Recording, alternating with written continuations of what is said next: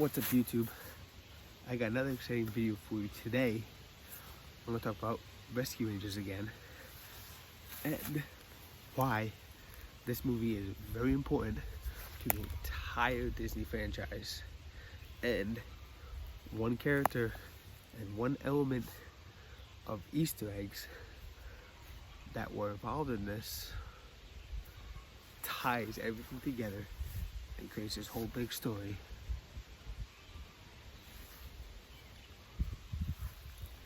And that element and character is... Good morning, welcome to Magic Kingdom. Today's video, as always, sponsored by Raze Energy. Go pick it up at redbullsports.com. Coupon code JonnyWild, 15% off. Great stuff. See you guys later.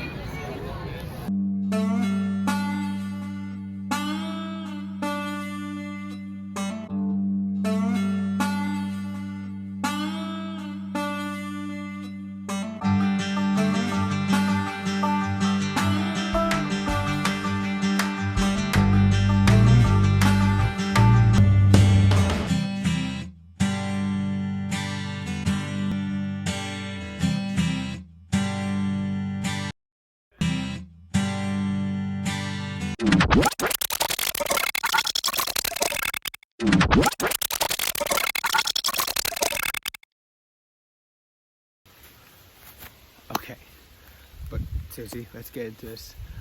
But yes, Rescue Rangers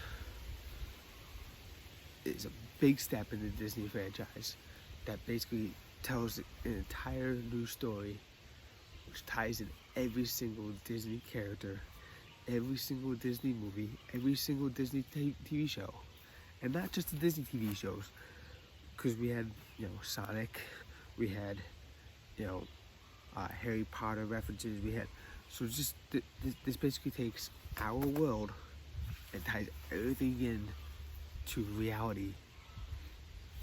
And let me explain what I'm talking about. If you watched my video about the Easter eggs, obviously we saw Roger Rabbit from Who Framed Roger Rabbit within this Rescue Rangers movie. And the Rescue Rangers movie itself was the concept of, these two chipmunks, cartoon chipmunks, were just normal chipmunks, got a job working for Disney, doing TV shows, Rescue Rangers, little shorts, them Donald Duck chasing them around, just like any other actor would in our world. That concept isn't the first time that we've seen that before. We also saw the same concept in Who Framed Roger Rabbit. Now, in Who Framed Roger Rabbit, same thing. You see these cartoon characters living in Toontown where they would get jobs and get hired for cartoons, TV shows, movies, but they walked around with people like us. Now, the point element that ties this all together is dip. Dip was used in the Who Framed Roger Rabbit. Basically, it's turpentine, acetone, and benzene, which is all paint thinners, so it erases cartoons from existence. I don't know how well it will look on 3D characters, though. Maybe that's why they decided to go with the whole bootleg, computerized concept in the future. Maybe. Anyway, we do see a little bottle of dip in one of the torture kits that, when Peter Pan's going through, the stuff, you see the little bottle that says dip on it. Now that basically says that this is in the same universe as Who Framed Roger Rabbit.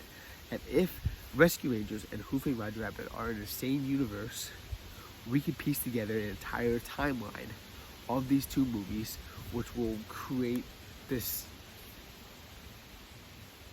huge concept of this being reality, I guess you could say.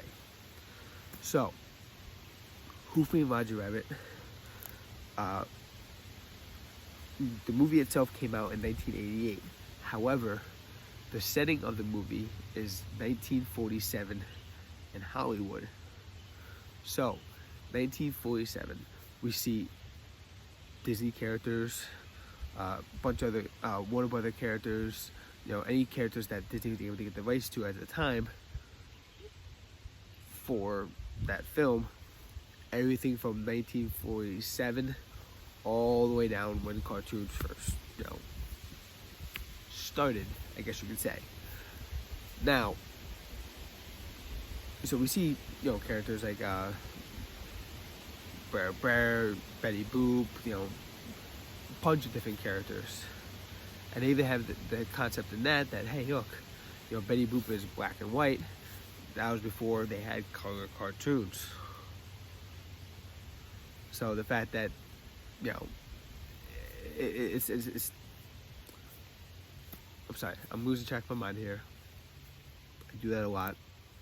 Anyway, what I'm trying to say is, so in 1947, we had this, Detective Valiant working with Roger Rabbit to figure out who framed him, which was, again, the judge, the guy that created the dip that just wanted to kill all the cartoons. That was 1947. Now, flash forward to present time, we now have Rescue Rangers in the same world, in the same, prospect of, cartoon characters being real, everything like that. And now they're trying to, find their lost friend because of Peter Pan creating his bootleg cartoon empire. But if you think about it, it's very logical that it can be the same universe because they both have the same concept of cartoon characters living among us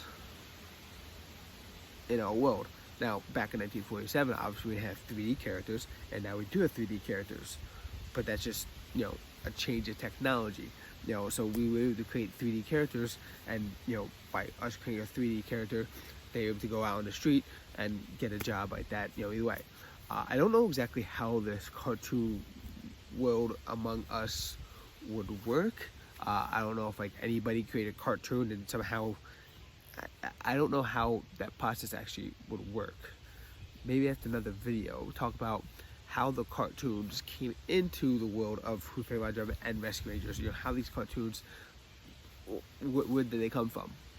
That's another video for another day. Anyway, let's get back to what I'm trying to say. There's a few elements here that kind of make this kind of a neat idea. Like I said, you got the Chipmunks, who obviously were the Rescue Rangers. We see all the VHS types, we see all the merchandise, so we know that they're they're not the Rescue Rangers cartoon. By watching it as a kid, you just see it as a cartoon. But now that if you think about it, those Chipmunks were hired to be in that cartoon, just like any other actor was hired to be in a film. Now, another important character that we see is Baloo, but we see Baloo in his 3D state. Now, Baloo has had a pretty extensive career. He's been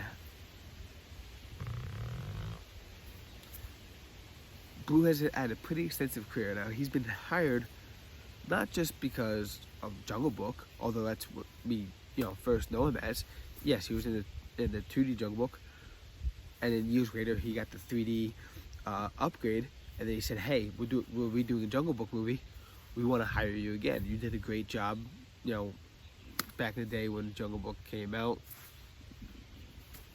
Yeah, so we want to hire you again. So therefore Baloo got to do the same movie twice, but just an upgraded concept. But Baloo was also in Tailspin. He played a different character in Tailspin. Still Baloo though, they actually call him Baloo. He's also had appearances in Rescue Rangers and things like that. So we see these other Disney characters in other concepts and other movies and other TV shows. So the whole world is just built around you know, as we would see, you know, the same actor in different films, different roles, it's the same concept. And we do see that with other franchises as well, but I'm just talking about Disney because that's the main focus here, and they're the ones that created it. But obviously they had many licenses that they were able to acquire for this film, Rescue Rangers. Now, with that concept being said, that, you know, these cartoons are basically just actors in our world that hired for various TV shows, movies, commercials, whatever it may be. The Rescue Rangers push that into perspective in a very awesome way. And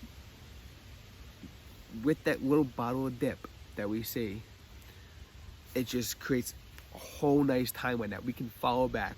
So when the first cartoons were created, you know, Steamboat Willie, things like that, you know, when those first cartoons were created, there was a little character, there was a Steamboat Willie running somewhere around New York City or something like that, who knows. But those characters were there, and they were hired, boom, cartoons come out, and then we had this crazy guy, Judge, who ended up being a cartoon, actually, that wanted to kill all the cartoons to create some super highway. So, and then we go back, we have more movies, more cartoons. I don't know, maybe some of this crazy stuff happened in between that we never saw because nobody made a movie about it. But then we get Rescue Rangers, so it basically just ties everything together in kind of a nice way. I do like to think that, you know, it's all the same, not just Disney, but you got Disney, Warner Brothers, Universal, whatever. The entire entertainment industry is all tied together in one universe where we have characters that are hired to do various jobs, just like the actors. So cartoon characters or animated characters are just actors. Now, yes, I know it's kind of weird that our actors do the voice of those actors. Anyway, let me know what you think about this rambling concept. I hope you understood what I was trying to say. Comment down below your thoughts, and I'll see you guys next time. Yeah, I actually do enjoy that. It creates a nice timeline. I do have a few thoughts on something else besides what I said before about how the cartoons come to this world in the first place. I will make a video about that because that's a very interesting thought. Anyway, yeah, I'm gonna try to get some more videos out. I want to try to get at least one video out a week. Yeah, I'm rambling on again. Why am I doing this? It's like 6:30. I actually have to go to work. Alright, see you guys next time.